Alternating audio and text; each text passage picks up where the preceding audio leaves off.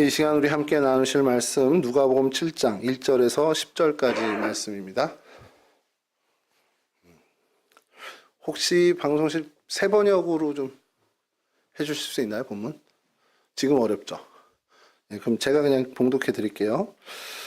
예수께서 자기의 모든, 비교하면서 보시면 됩니다. 예수께서 자기의 모든 말씀을 백성들에게 들려주신 뒤에 가버나움으로 가셨다. 어떤 백부장의 종이 병들어 거의 죽게 되었는데 그는 주인에게 소중한 종이었다. 그 백부장이 예수의 소문을 듣고 유대 사람들의 장로들을 예수께로 보내어 그에게 청하기를 와서 자기 종을 낫게 해달라고 하였다. 그들이 예수께로 와서 간곡히 탄원하기를 그는 선생님에게서 은혜를 받을 만한 사람입니다. 그는 우리 민족을 사랑하는 사람이고 우리에게 회당을 지어주었습니다 하였다. 예수께서 그들과 함께 가셨다. 예수께서 백부장의 집에서 그리 멀지 않은 곳에 이르렀을 때에 백부장은 친구들을 보내어 예수께 이렇게 아뢰게 하였다. 주님, 더 수고하실 것 없습니다. 저는 주님을 내 집에 모셔드릴 만한 자격이 없습니다. 그래서 내가 주님께로 나아올 엄두도 못 냈습니다. 그저 말씀만 하셔서 내 종을 낫게 해주십시오.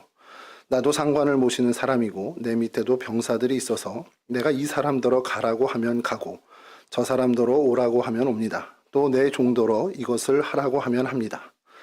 예수께서 이 말을 들으시고 그를 놀랍게 여기시어 돌아서서 자기를 따라오는 무리에게 말씀하셨다. 내가 너희에게 말한다. 나는 이스라엘 사람 가운데에서는 아직 이런 믿음을 본 일이 없다. 심부름하던 사람들이 집에 돌아가서 보니 종은 나아 있었다. 아멘. 잘 아는 내용입니다. 백부장이라는 분이 이제 등장을 하는데 이름은 없고 그냥 직책이 백부장이었던 사람이에요. 백부장이 여러분 뭐 어렸을 때부터 주일학교 때 들어왔을 텐데 어떤 직책인 것 같아요? 백부장이면 딱 떠오르는 거. 중대장 정도 되죠. 100명의 수하를. 이게 백인대라고 있었어요. 100명을 해서 백인대라는 그 로마의 군 조직인데 그 위에 이제 뭐 보병부대라고 해서 1000명 단위로 해서 6개로 나눠서 뭐 이렇게 돼 있고 뭐 이런 식으로 돼 있습니다. 그래서 100명의 수하가 있는 사람이 이제 백부장입니다. 성경에는 이제 백부장이 여러 명 등장하는데 뭐 의미 있고 없고 그냥 스쳐 지나가는. 근데 좀 저희가 그래도 좀 의미 있게 보는 백부장이 오늘 이 가버나움 백부장하고 고넬료라는 그 이름이 등장하는 그 백부장이 또 있고요.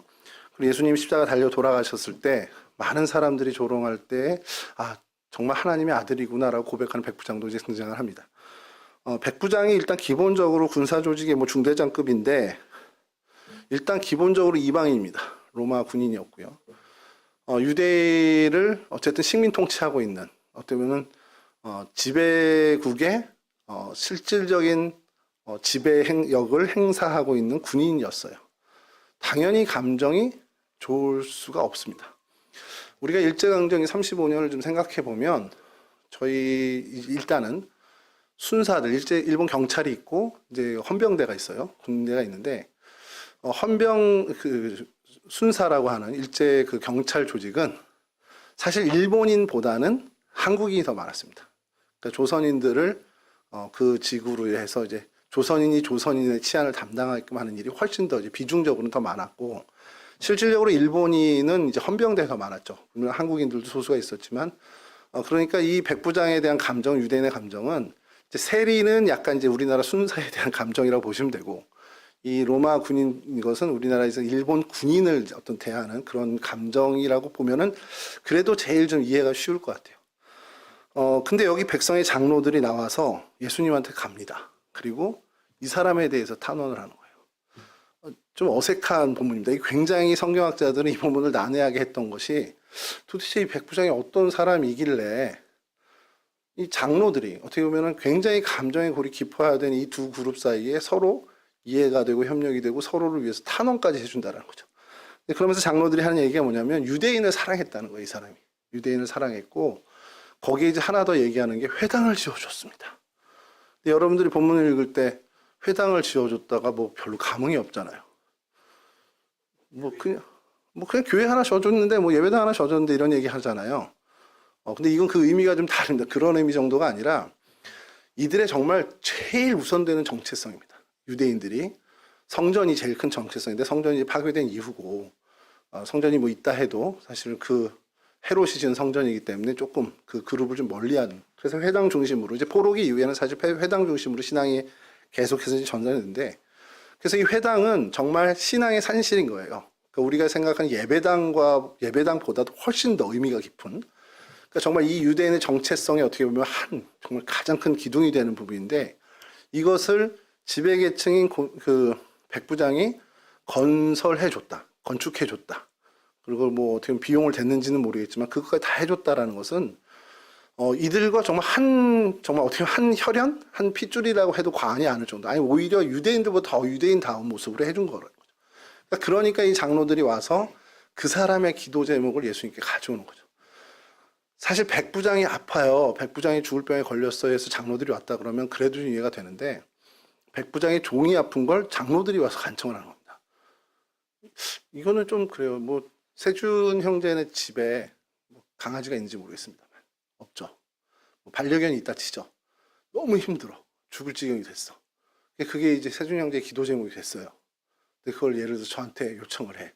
그럼 제가 새벽마다 우리 세준 형제네 집에 있는 똘인지 뭔지 그 반려견 주님 살려주세요. 내가 그 기도를 하고 있는 거예요. 하나님한테 가서. 근데 우리가 생각해보면 세준 형제가 아파, 힘들어. 그러면 제가 기도하는 건 다 자연스럽잖아요. 물론 세준 형제는 저랑 뭐 피지배체 뭐 지급이나 이건 아니지만, 근데 그 집에 있는 강아지, 예를 들어서 뭐 우리 아들이 레고가 이제 부러져가지고 한번 고심을 한 적이 있었는데, 그거를 제가 하나님 앞에 갖고서 하나님 레고 좀 붙여주세요. 이건 우습잖아요. 이게 사실은 그런 정도로 받아들여야 됩니다. 왜냐하면 당시의 종은 그냥 거래 물건이에요. 당근에다 올려서 팔고 사고 하는 그 정도의 가치가 있는 소유물입니다. 그러니까 어떻게 보면 그 시대에는 이 종과 노비에 대해서 그런 시간을 갖고 있었던 게 그 시대의 가치관인데, 그 시대의 가치관과 전혀 다른 가치관을 살고 있는 사람이라는 거예요, 백부장이.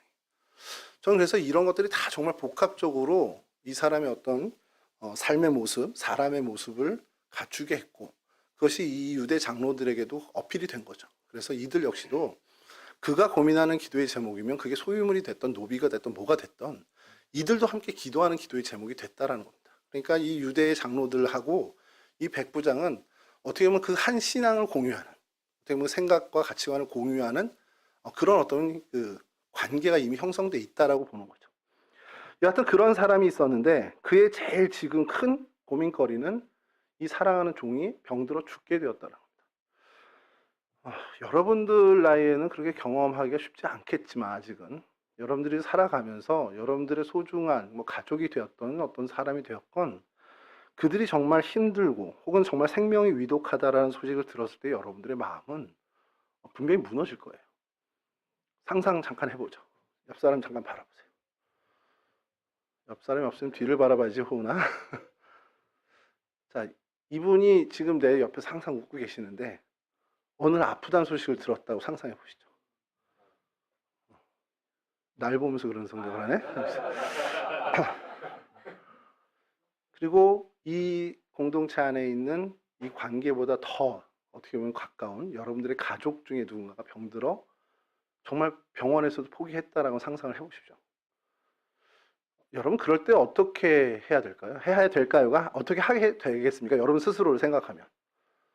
그리고 중고등부는 1년 뒤에 나에게 편지를 썼다는데, 제가 들으면서도 1년 뒤에 나? 걔가 무슨 생각으로 살고 있을까? 이런 생각을 좀 해봅니다. 근데 여러분 한번 내 모습을 상상해 볼 수 있잖아요. 내가 이제까지 살아온 인생의 어떤 모습을, 어떤 선택에서 내가 항상 해왔던 나의 습성을 내가 아니까 그 사람이 아파. 어머니가 혹은 내 동생이 혹은 내 아버지가 정말 아파. 그럼 나는 어떻게 하고 있을까? 뭐 대부분 뭐 정답을 쓰라고 그러면 막 기도할 거야 이렇게 쓰겠지. 근데 제가 알기로는 다 짜증내고 있을걸? 아, 왜 하필이면 지금 아파? 이러면서. 나도 바빠 죽겠는데 뭐 이런 식으로. 병문안 좀 가자 그러면, 아니면 네가 병원을 좀 해라 그러면 나도 바쁜데 나보고 병원에 가 있으래 이럴 수 있어요. 저희 아들이랑 딸이 그렇다는 게 아니라 우리 충분히 그럴 수 있다는 거예요. 근데 정말 우리가 사랑하는 사람이 아파. 당장 정말 어떻게 될 것 같아. 그러면 아무것도 일에 손에 안 잡히죠. 손에 안 잡히죠. 모든 일이. 그리고 여러분들이 그때 신앙이 있다면 분명히 그건 하나님께 아를 만한 일입니다. 하나님께 기도할 일이라는 거죠. 제가 설교를 준비하면서 그냥 혼자 상상을 하는 거예요. 누군가 아파. 방법이 없어. 병원에 수술 포기했어. 그럼 어디다 호소해요, 우리가? 내가 할 수 있는 게 없죠. 완전히 무능한 사람이잖아요, 저는 그 부분에 있어서. 그럼 그때야말로 정말 하나님께 눈을 돌리고 하나님께 기도할 수밖에 없는 게 우리잖아요. 자, 요거를 좀 여러분이 생각해보세요. 그런 상황이라는 거. 백부장이 유대인들과 함께 그 유대교, 그러니까 유대교에 있는 여호와 하나님을 이미 알고 그래서 여호와 하나님에 대한 신앙이 있는 겁니다. 지금 상황이. 그러니까 유대인들하고 그렇게 동화되고 유대인 역시도 이 백부장의 믿음과 신앙을 함께 공유하기 때문에 그가 아끼는 종, 정말 소유물에 지나지 않는 그것이지만 당시 시대 가치로는 전혀 다른 가치로 그 사람을 사람으로 사랑하고 인격으로 대해주는 것을 알고 그의 기도의 제목을 함께 공유하고 있는 상황인 겁니다. 그러니까 이는 분명히 신앙인이라는 걸 우리가 보면 돼요. 신앙을 갖고 있는 사람이구나. 이 백부장은 누군지 모르지만 이름도 안 나왔지만 적어도 여호와 하나님에 대한 인지를 하고 그 신앙을 갖고 있었던 사람입니다. 그래서 당시의 시대 정신, 시대 가치관은 전혀 다른 시대의 가치관, 그건 전혀 다른 신앙의 가치관으로 이 종을 대하고 살고 있다는 겁니다. 자, 그렇게 됐어. 병원 의원도 다 소용없습니다. 그런 상황에서 어떻게 보면은 뭔가를 듣게 됐어요. 자, 여러분 요즘 정보화 시대, 뭐 이거 이미 지나죠, 정보화 시대도. 정말 넘치는 그 정보들이 우리를 하루만 해도 뭐 42만 건 정도 평균이라면서요. 요번에 그 신문기사를 보니까 한 사람이 아침에 일어나서 저녁에 자기 전까지 듣게 되는 정보가 한 42만 건? 이 정도래요. 그러니까 이게 예전에 그 철학자 데카르트 시절을 어느 분이 이제 글에들 올렸더라고요. 데카르트 시대에 1000여 건이 안 됐대요. 한 사람이 일상에서 깨어나서 이제 하는 동안. 그러면 1000여 건과 지금 42만 건 정도로 비교를 하면 우리가 접하는 정보의 양은 뭐 비교할 수가 없을 정도로 많잖아요. 근데 이제 그 글에서 재미난 것이 뭐냐면 데카르트만한 현자가 나타나냐? 이제 이런 많은 정보 속에서도 있는데 그게 왜 그런가라는 것을 제가 그걸 이제 담아뒀다가 계속해서 그런데 왜 이렇게 정말 많은 정보가 있는데 정말 우리가 그 데카르트 정도 그 시대 어떤 그런 철학자들의 어떤 현안이나 해안을 우리는 왜 못 가질까 생각을 해봤는데 42만 건을 듣는다고 해서 42만 건이 다 내게 되느냐? 아니더라는 겁니다. 여러분 그 멀리 갈 것도 없어요. 우리 여기 안에서 우리가 이제 이야기를 하고 설교를 통해서 서로 어떤 새로운 뭐 알과 깨달음을 갖는다 하잖아요. 얼마나 여러분들 안에 남을 것 같습니까? 100이라고 치면 서로 이제 기도 제목 나누고 뭐 같이 신앙의 어떤 이야기하고 성경 얘기하고 교회 학교를 거쳐오고 막 하고 오늘 뭐 이렇게 같이 말씀을 나누고 하는데 그걸 온전히 100으로 하면 한 몇 프로 정도 여러분들에게 남을 것 같아요? 50? 오, 진짜 현자인데 10%가 안 된답니다. 실제로. 제가 그거를 토요일이 아니라 지난주 금요일에 깨달았잖아요. 금요일에 우리가 그 온 가족이 함께하는 여성교회 주간 기도회를 했습니다. 청년들 굉장히 애썼죠. 늦은 시간까지 와서 오늘 주제랑도 통하지만 그 정말 희생과 대가를 치르면서 이걸 아름답게 예배가 드려졌어요. 토요일 아침에 여기 새벽 기도가 있으니까 정리 좀 하자. 그래서 저도 그런 말하는 거 불편해요. 근데 이전보다 훨씬 좋아진 건 맞습니다. 진짜. 예전에는 뭐 다시 청소를 해야 됐었으니까 문제가. 그런데 그날 제가 그냥 안 해도 되는데 그냥 요 문을 잠궈줘 하고서 이렇게 얘기를 했어요. 혹시 기억나시나요? 그랬더니 우리 회장님 왜 안 왔어 오늘? 회장님 있어야 되는데 준비를 했는데 회장님 때문에. 아우 내가 걱정 마세요 목사님. 그리고 밤에 11시에 올라왔죠. 열려 있더라고. 분명히 들었어. 근데 이렇게 나갔어. 우리의 정보가 그래요. 아니 뭐 우리 회장님을 얘기해 탓하는 게 아니라 그게 일부러 그랬다면 진짜 혼내줘야지. 목사님 얘기했으니까 열어놓고 가야지. 그러면 이제 뭐 안 보자는 얘기지. 그런데 그건 분명 아니란 말이에요. 우리가 근데 소중한 사람이건 아버지 어머니고 누가 얘기해도 우리 자체가 원래 그렇게 돼 있는 겁니다. 들어왔던 게 거의 다 나가요. 아니, 그게 자연스러운 거예요. 나간다고 난 기억을 못한 이게 아니고 그래야 우리가 살아요. 그게 다 담겨져 있으면 여러분 뇌가 감당을 못해요. 실질적으로 죽어요. 그러니까 목사님들은 너무 고마운 거예요.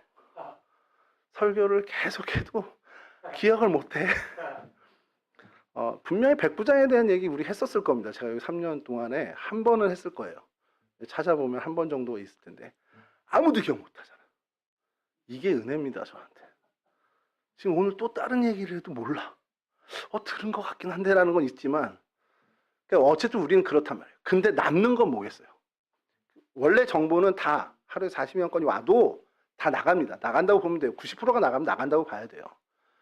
뭐가 10%가 남는 걸까요? 오늘 본문으로 가서요. 백부장이 종에 대한 얘 어떡하지? 죽으면 어떡하지? 막 속상해하고 있어요. 근데 막 그 시절에 갈릴리 가버나움 중심으로 소문이 돌고 있어. 야, 기가 막히게 병 고친 사람이 있대. 누군데? 나사렛에서 온 뭐 얘 뭐라는 예림인가? 예원인가? 그 뭐 있대. 근데 그 사람이 뭐? 아니 손만 얹어도 다 낫는다는데? 이게 백부장한테는 들린 거예요. 그리고 남은 거예요. 왜 그랬을까요? 내가 고민하고 있는 문제거든 지금. 내 관심사가 온통 얘를 어떻게 하면 낫게 할까? 혹시 병 낫게 하는 뭐 특효약이 있을까? 온통 내 관심사가 거기에 가 있으면 그거에 관련된 정보는 들리게 돼 있습니다. 아이 롤 어제 뭐 아는 형님의 롤 뭐 걔네들이 나왔대. 무슨 뭐라 그러지? 그 T1인가에서 뭐 페모커라고 나오더라고. 근데 페이커에 근데 그 5명 이름을 해서 제모해 코뭐페 이렇게 나오더라. 몰라 기억도 안 나. 왜 기억이 안 남을까요? 내 관심사가 아니거든. 난 롤을 몰라. 무슨 탑이 있고 정글러가 있고 뭐 이런 데는데 왜 그러고 있어? 그걸 왜 해? 나 이해가 안 되는 거. 왜 시간 낭비 30분이나 걸린대. 무슨 게임을 30분이나 해? 스타크래프트 해도 한 15분이면 끝나잖아요. 초반 러쉬 가면 되는 거. 이것도 기억 못하는 분도 있거든. 이거 공감 못하시는 분. 우리는 이제 스타크래프트 세대이기 때문에 그냥 마린 뽑아서 그냥 초반에 대쉬하면 그냥 다 끝나는데 뭐 15분 정도면 끝날 거 무슨 30분이나 게임을 한다는 거야. 여하튼 관심이 없으니까 무슨 얘기를 들어도 모르겠어. 그냥 페이커가 돈 많이 번데 그거밖에 안 남아. 관심이 돈이다 보니까 100억이래 연봉이 뭐 이런 식으로밖에 안 들어요. 내가 관심하고 있는 것들이 정말 스쳐가는 어떤 정보, 정말 찌라시 같은 일이라도 내가 관심 갖는 거는 들립니다. 제가 여러분 청년들한테 관심이 많잖아요. 예를 들어서 실제로 그렇게 많지는 않지만 관심이 많으면 여러분들 일상에서 오고 가는 그 작은 이야기들도 귀 기울이게 되고 그래? 세준이가 이번에 뭐 했대? 혹사니가 이번에 뭐 했대? 이런 것들이 제게 남는 게 된다라는 거예요. 근데 관심이 없으면 세준이가 몇 살이더라? 세준이가 여자친구 있던가? 잘 모르겠네. 이렇게 되는 거예요. 여자친구 있어요. 세준이 여자친구 있는 거 관심 갖고 있기 때문에 알고 있습니다. 예를 든 거예요. 자, 백부장도 그랬다는 거예요. 이 종에 대한 병 낫는 거에 대해서 온통 신경을 쓰다 보니까 가버나움 일대를 중심으로 소문이 퍼져나간 예수라는 사람에 대한 이야기를 허투루 듣는 게 아니라 정말 마음에 담고 듣습니다. 그리고 실제로 이제 가버나움에 예수님이 도착했다는 것까지. 그러니까 그의 어떤 행보에 대해서 주목을 하다 보니까 우리 동네 왔네라는 것까지 인지를 한 거죠. 자, 그러면 정보에 대해서 우리가 남는 것이 관심을 갖기 때문에 이렇게 한다. 그럼 이 부분의 이 기사를 백부장이 그저 종에 대한 관심이 있었기 때문에 예수님의 그 치유 사역과 이런 것이 더 귀담아 들렸다. 이걸로만 해석할 수 있잖아요. 이게 보이는 현상입니다.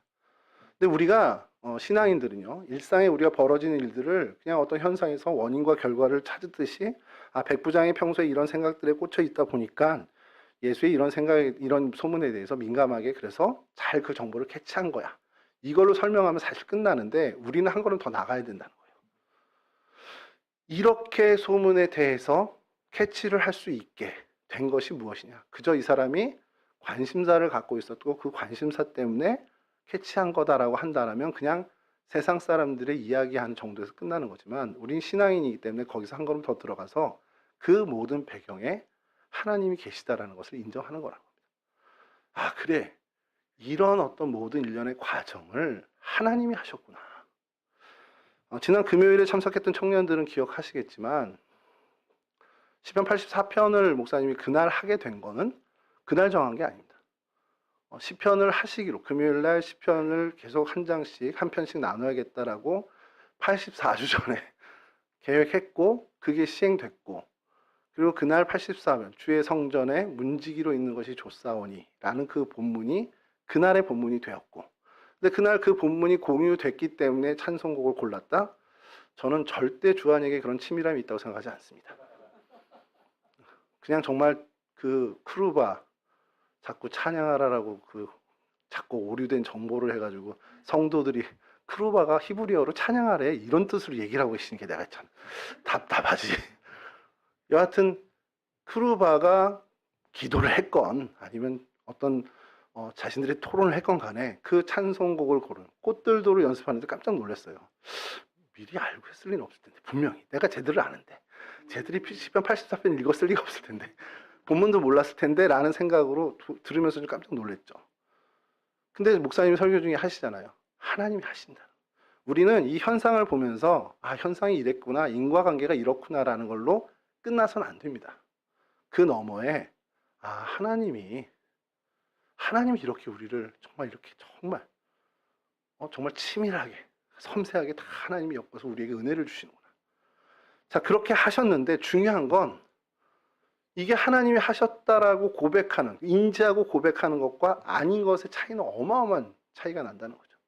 여러분 살아오는 인생에서 뭐 지금 많게는 우리 종혁 그리고 세준처럼 30대도 있겠지만 대부분 20 몇 년 한번 되돌아 보시라는 거예요. 여러분들의 인생에 그 스쳐 지나가는 그 장면마다 이건 정말 운이 너무 좋았어. 이렇게 얘기할 수 있는 그 일들이 하나님이 하셨다라는 고백으로 이어질 수 있는지를 한번 보자는 겁니다.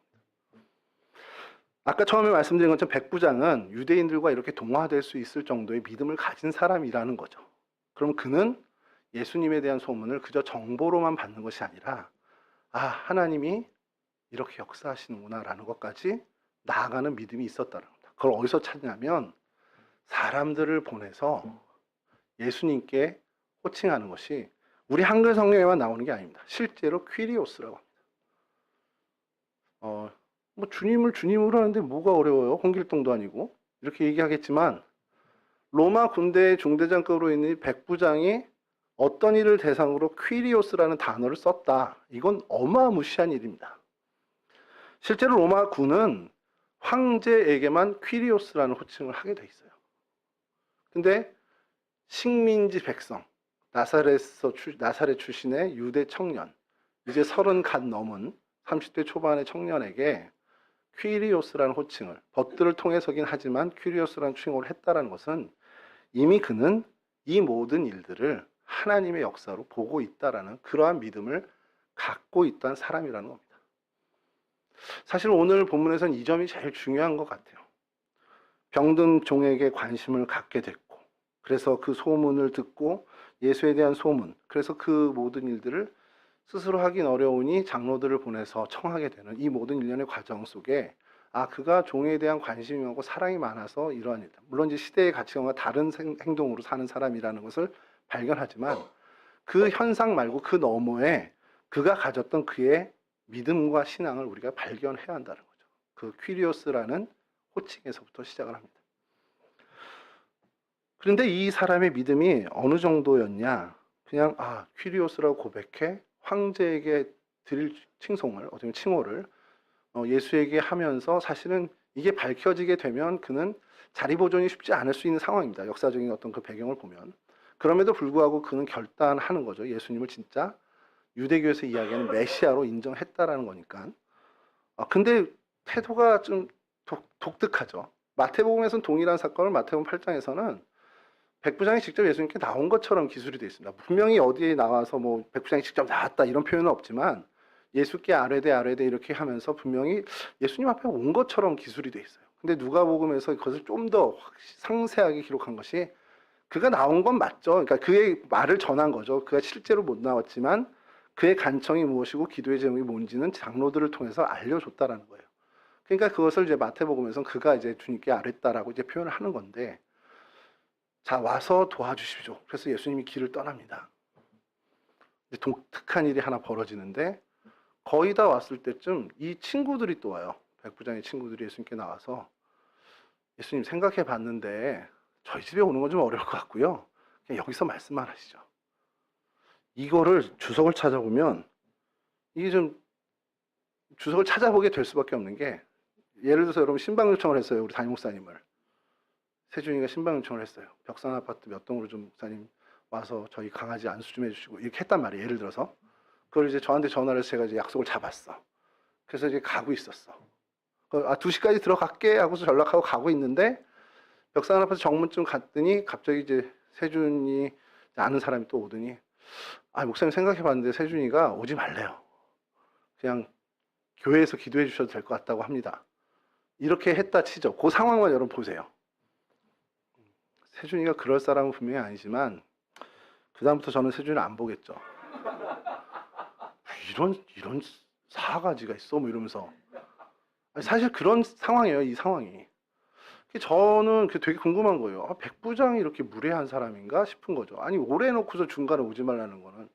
그러니까 올해 한편으로는 그런 생각을 하는 거예요. 예수님을 모시고 정말 기쁜 마음으로 모셨으면 좋겠다 하다가 시간이 돼서 거의 다가오니까 마음의 부담이 되는 거죠. 우리 집에 모실 만한 분이 아닌데 정말 이 누추한 곳에 오실 만한 분이 아닌데 그런 생각이 이렇게 할 수도 있겠지만 그 중간에 그렇게 생각이 바뀌었을까? 그래서 여러 주석을 찾아보니까 몇몇 주석에서 좀 달리 해석하는 걸 보게 됩니다. 뭐냐면 애초에 장로들한테 얘기했을 때 이미 그곳에서 기도해달라, 그곳에서 선포해달라고 그 요청을 한 거야. 백부장의 믿음이라면 그렇게 했을 텐데 장로들이 그거를 헤아리지 못한 거죠. 그래도 예수님이 가셔야지. 그러니까 재차 벗들을 보내서 원래 그 뜻이 아닙니다. 주님 거기서 말씀만 하셔도 내 종이 낫는 걸 전 믿습니다라는 그 신앙 고백을 하는 거라는 거죠. 저는 그게 더 타당성 있다고 보는 거예요. 백부장의 원래의 의도는 그래서 장로들을 먼저 보낸 의도는 분명히 이거였는데 그 장로들이 뭐 우리 표현으로 오지랖일 수도 있지만 장로들은 그게 조금은 아쉬운 거죠. 주님 그래도 직접 가서 얼굴 보고 이렇게 한번 이렇게 만나서 이렇게 해주셔야 되지 않겠습니까? 그런 생각으로 예수님의 일행을 모시고 오는 중에 그 소식을 들은 백부장이 처음 의도는 그게 아닌데 그래서 다시 친구들을 보내서 주님 내 믿음은 이래요. 주님이 거기서 말씀만 하셔도 나도 윗사람 있고 아랫사람 있는데 다 우리는 명령으로 됩니다. 주님이 그렇게 하시면 우리 종이 나을 거는 좀 믿고 있습니다라는 그 고백을 드리는 거죠. 자, 근데 그 믿음을 주님이 보시고 뭐라 하십니까? 이만한 믿음은 본 적이 없다는 거예요. 인생을 살아가면서 주님으로부터 얻을 수 있는 최고의 칭찬이 아닐까 하는 생각이 들어요. 저는 이제 칭찬 두 가지를 성경에서 항상 보는데 세례 요한에게 주님께서 얘기하신 게 여자가 낳은 이 중에 이만한 사람 없을 거다라는 거예요. 이전에도 이후에도. 그럼 남자가 난 사람 중에 있을까? 이런 생각은 엉뚱한 생각을 해봤지만 이게 여자가 난 사람 중이라는 건 뭐냐면 앞으로 태어날 어떤 사람도 이전에 태어난 어떤 사람도 세례 요한보다 큰 이는 없다라는 게 주님의 선언이에요. 이건 뭐 어느 누구도 받을 수 없는 세례 요한만 받은 칭찬이죠. 최고의 칭찬입니다. 이거는 우리가 욕심낼 수도 없죠. 이미 우린 배렸어. 안 돼. 자, 근데 이 백부장의 믿음은 욕심내볼만 한다는 거예요. 이것도 최고의 칭찬인데 이 부분에 있어서는 내가 너만한 믿음 본 적 없다. 너 청년부를 섬기는 데 있어서는 너만한 믿음을 내가 본 적이 없어. 주님께서 얘기하시는 거. 너 동성교회를 섬기는 데 있어서만큼은 내가 너만한 믿음을 본 적이 없다. 주님이 이렇게 얘기하신다면 그건 우리가 인생에 정말 목숨 걸 만한 칭찬이라는 겁니다. 뭐 예를 들어서 엄마를 섬기는 데 있어서 너 가족을 사랑하는 데 있어서 너 신앙 동료를 사랑하는 데 있어서 너만한 믿음을 본 사람이 없다. 이런 얘기들을 우리가 들을 수 있다면 얼마나 좋겠냐라는 거예요. 그거는 이제 번외 얘기고 여하튼 이런 군인으로서 이 백부장으로서 이렇게 퀴리오스라는 신앙을 고백을 사실대로 신앙의 고백을 한 것이고 또 그의 믿음을 증명한 것이 주님께 말씀드린 이 기도의 내용이라는 겁니다. 그리고 주님은 그에 대해서 칭찬으로 응답하시죠. 그래 너 믿음 틀리지 않았어. 네 그 믿음 정말 이만한 믿음 없을 정도로 최고의 믿음이야 라고 이야기해 주신다는 거죠. 자, 여기서 우리 영상을 좀 하나 보겠습니다. 기사예요, 그냥 기사. 손흥민 선수의 아버지인 손웅정, 손축구 아카데미 감독이 대한민국 축구 국가대표팀이 이번에 열리는 아시안컵에서 우승해서는 안 된다는 취재 발언을 했습니다. 지난 7일 연합뉴스는 최근 손 감독과 진행한 인터뷰 일부를 공개했습니다. 손 감독은 이번 아시안컵에서 한국과 일본 중 어느 쪽이 우승 가능성이 더 높은지를 묻는 취재진의 질문에 한국은 일본의 게임도 안 된다. 우리 축구인들이 반성해야 한다고 말했습니다. 이어 축구 실력, 축구계 투자 등 모든 면에서 한국은 일본에 뒤진다. 우승해서는 안 된다며 64년 동안 한 번도 우승을 못한 것에 대해 나는 물론이고 모든 축구인이 반성해야 한다고 목소리를 높였습니다. 또한 손 감독은 당연히 한국이 우승하기를 바란다. 그런데 이렇게 준비가 덜 된 상태에서 우승해버리면 그 결과만 가지고 얼마나 또 우려먹겠느냐며 한국 축구가 병들까봐 걱정된다고 말했습니다. 그는 형빈 실력으로 일본을 한 번 앞섰다고 해도 그건 스스로를 속이는 것이다. 냉정하게 말하면 우승하면 안 된다고 강조했습니다. 되게 세게 얘기했죠. 이거 인터뷰 기사 나가고 연합뉴스 이게 뭐 영상으로는 안 나오고 이제 지면으로 이제 인터넷판으로 기사가 나갔어요. 난리가 났었습니다. 뭐 아무리 손흥민 아버지라 그래도 그렇지 우승하면 안 된다가 뭐냐. 근데 말레이시아랑 3대 3으로 비겼어요. 피파 랭킹 140 몇인가? 거기가 140 몇이와 우리가 이번에 했는데 도박 있잖아요. 축구 도박이라기보다 축구 이런 그 토토 그 거기서 92%가 한국이 이길 거다라고. 그러니까 그럼 이긴 거죠. 한국이 이기는 거죠. 나머지 찍은 사람이 이번에 뭐 어떻게 보면 대박 난 거겠지만 그렇게 그냥 객관적인 실력 차가 나는데 비겼습니다. 제가 하이라이트 보면서 비길만 했네. 김판공 감독 잘하네. 말레이시아 감독이 한국인이에요. 김판공 감독이 잘하네. 이런 생각이 들었는데 그날만 잘했어. 그 전날 전 경기 두 경기는 말레이시아도 죽 썼더라고요. 근데 제가 이거 보면서 이 인터뷰가 생각이 나서 다시 좀 찾아봤는데 영상으로는 없더라고요. 그래도 이제 YTN에서 연합뉴스 건의 기사를 이렇게 영상으로 해서 하더라고요. 내용이 뭡니까? 우승을 왜 하면 안 되는 거예요? 준비가 안 된 거예요. 근데 만약에 우승을 했어. 뭐 워낙에 월드 클래스들이 많으니까 그 월클들을 잘 활용해서 우승을 했다 치죠. 운이 좋아서 우승을 했어요. 그러면 뭘 걱정하는 거죠? 64년 동안 못하다가 이번에 했으니까 얼마나 우려먹겠냐라는 얘기를 하는 거잖아요. 제가 이거 보면서 우리 신앙이 지금 이럴 수 있구나. 백부장의 믿음을 보고 성경에서 하면서 이 믿음 나도 이런 칭찬 받아야지 소망을 갖게 되고 하는 모든 선한 마음들은 좋습니다. 저는 그래서 백부장이 이만한 믿음을 갖게 되기까지의 그의 여정들을 혼자 상상해 보는 거예요. 식민지 어떤 유대 땅으로 팔레스틴 땅으로 왔어요. 파견을 와서 이제 거기에 어떤 치안을 담당하고 이제 어떤 군사적인 목적에서 훈련을 계속해서 하고 있는 상황이었고, 근데 거기서 어떻게 이 사람이 야훼 하나님을 만났을까? 그리고 어떻게 유대인을 사랑하게 됐고, 또 심지어 오늘 제가 계속 핵심적이라고 얘기하는 걸, 이 예수 나사렛 이 청년을 어떻게 주님 이후로 그러니까 메시아로까지 이가 했을까? 그리고 이 퀴리오스라고 이 고백하는 순간 그는 많은 희생을 분명하게 각오해야 되는 상황이었단 말이죠.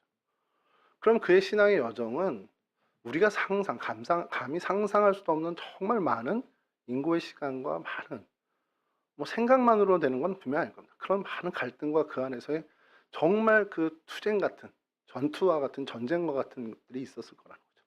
그리고 그 결실이 주님께서 칭찬하실 만한 믿음의 성장이었다는 겁니다. 그는 이 칭찬을 받을 만한 사람이죠.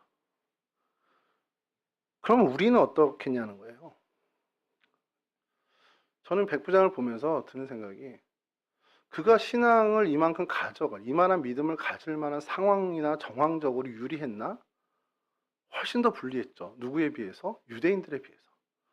실제로 가버나움에서 예수님께서 행하신 많은 일들, 갈릴리 온 사방에 어떻게 보면 오늘 목사님 본문도 그 부분인데 예수에 대한 소문이 퍼져나가는 중심지였단 말이죠.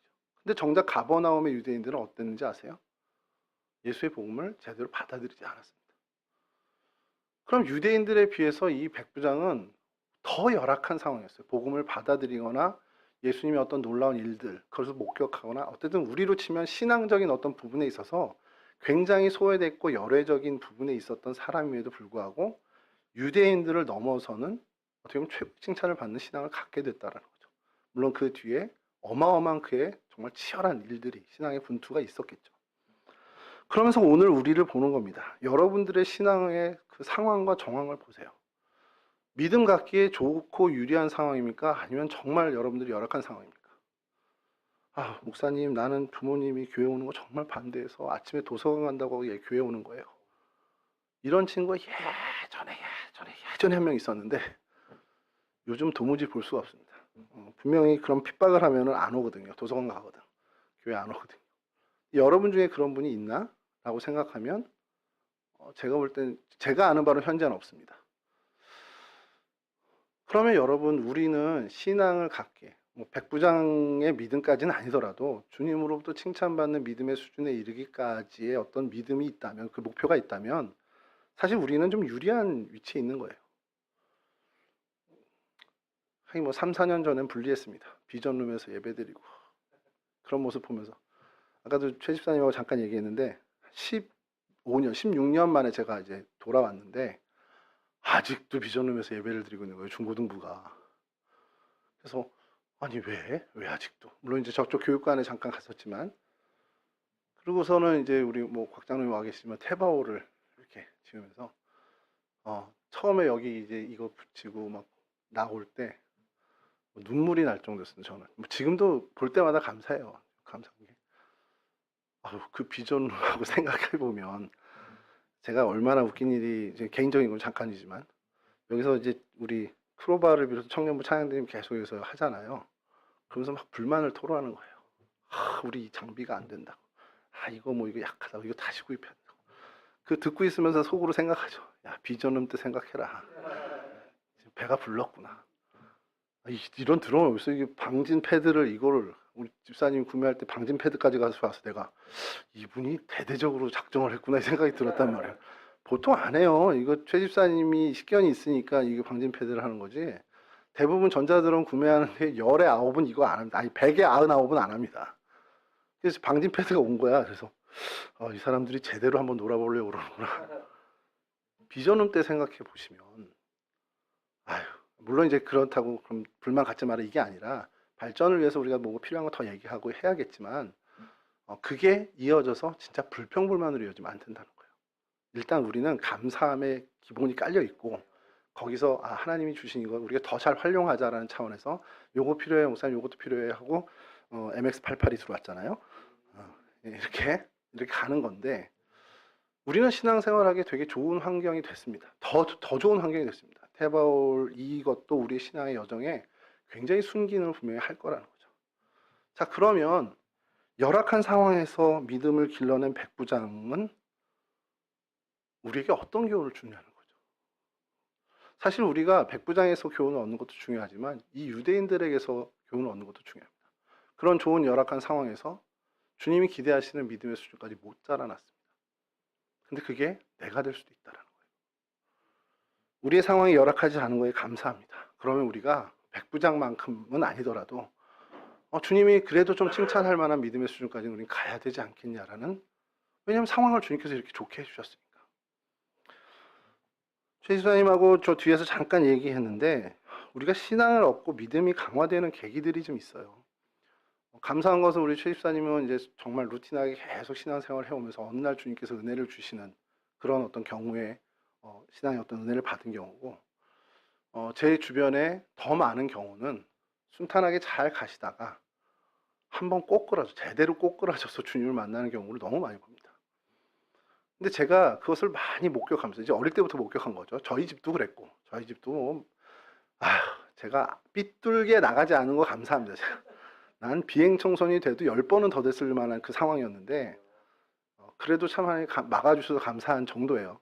근데 저도 저희 집이 그랬지만 제 주변에 이제 사역을 하면서 많은 경우를 봐요. 그래서 여러분들에게 정말 귀따갑게 반복하는 게 뭡니까? 하나님은 지혜로우신 분이에요. 호은이랑 예림이가 이 자리에 오는 걸 기뻐하실까요? 안 기뻐하실까요? 대답해도 돼요. 여기 오는 걸 하나님이 기뻐하실까? 확신이 없어? 기뻐하시죠. 보고 싶어해. 근데 호은이한테 그냥 일상의 루틴한 정말 평탄한 길을 가게 했는데도 한 번도 안 빠지고 와. 재수하는 기간에도 한 번도 안 빠지고 뭐 일부 예배 참석했잖아요. 지금도 일부 예배 와요. 오가 아니라 와야지. 자, 그러면 주님께서 호은이를 보고 싶어해. 근데 늘 와. 그럼 뭐 할 필요 있나요? 아무것도 안 해도 잘 오는데? 그럼 더 좋은 걸로만 계속 주시는 거예요. 그렇죠? 근데 가만히 보니까 얘입니다. 세준이를 보니까 바로고 다닐 때 교회를 안 와. 얘는 왜 안 오지? 바쁘다고 안 와. 얘 왜 이러지? 이러다가 막 힘든 사수를 만나고 막 하니까 교회 와서 엎드려 기도해. 주님이 아시는 거야. 얘라고 얘. 자꾸 주여주여 하지 말고.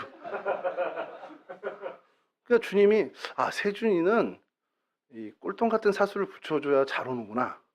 그래서 보고 싶으니까 계속 이상한 사람 만나게 하고 어려운 환경에 처하게 하고 그러니까 세준이가 계속 오는 거예요. 그럼 주님은 지혜로우신 분이기 때문에 세준이를 보는 방법을 너무 잘 아시는 거지. 그러니까 계속 어렵게 하는 겁니다. 얘입니다. 얘. 제가 이제 그렇게 보면서 그러면 우리도 좀 지혜를 발휘하자. 주님을 닮은 우리도 주님이 그렇게 하시기 전에 자주 얼굴 비춰드리고 자주 주님과 교제하면 주님이 특별히 나에게 그런 일 하실 이유가 없잖아요. 늘 나는 항상 주님 곁에 있는 사람이니까. 그러면 더 잘 붙어 있으라고 좋은 것으로 채워주시겠지. 더 강화될 만한 걸 주시겠지. 청년들에게 늘 그 얘기를 해요. 또 전에 교구를 맡았을 때 신방 가서도 그 얘기를 하거든요. 저희 형한테 제일 많이 얘기합니다. 형, 뒤지게 처맞기 전에 와. 그 얘기를 하는데 여러분 우리에게 주신 이 환경들이 주님을 만나고 섬기기 너무 좋은 환경이라는 거예요.